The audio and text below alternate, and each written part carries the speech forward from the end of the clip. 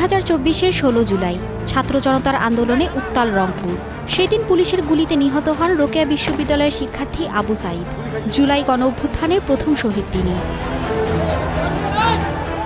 সন্তান হত্যার পর বিচার দাবি ছিল পরিবারের। অবশেষে অবসান হলো দীর্ঘ প্রতীক্ষার। শেখ হাসিনাকে দ্রুত দেশে এনে রায় কার্যকরের দাবি সাঈদের পরিবারের। খুশি হয়েছি, কিন্তু আরও যারা শহীদ হয়েছে তাদেরও যেন খুশি হয়।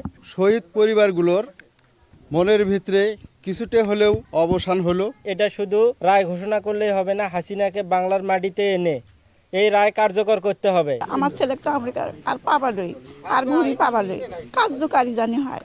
যার আত্মত্যাগে পুরো চট্টগ্রাম বিভাগে জুলাই আন্দোলন বেগবান হয়েছিল, সেই জুলাই শহীদ ওয়াসিম আকরামের পরিবারও রায়ের পর স্বস্তি প্রকাশ করেছেন।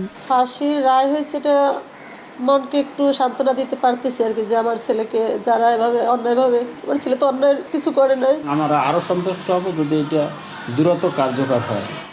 নরসিংদীতে বৈষম্য বিরোধী আন্দোলনে শহীদ হয় তাহমিদ ভুঁইয়া।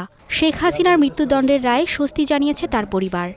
আমার তারা অনেক শান্তি পাইছে। আমি আল্লাহর কাছে বলছিলাম, আল্লাহ তুমি আমার নাতি তুমি কই আছো, আমার নাতির জন্য বিচারক তুমি তৈরি করে দাও, যেন আমি সঠিক বিচার পাই। অতি শীঘ্রই যেন তাদেরকে আইনের আওতায় এনে আন্তর্জাতিক অপরাধ ট্রাইব্যুনালের মাধ্যমে সরাসরি সম্প্রচারণের মাধ্যমে যেন তাদেরকে দ্রুত বিচার করা হয়। এটি আমাদের সকল শহীদ এবং আহত পরিবারের সকল জনগণের দাবি। এছাড়া প্রতিটি জুলাই শহীদের পরিবারগুলো একই প্রতিক্রিয়া জানিয়েছে। তাদের দাবি শেখ হাসিনাকে দ্রুত দেশে এনে রায় কার্যকরের। Mithila Anjum, Star news.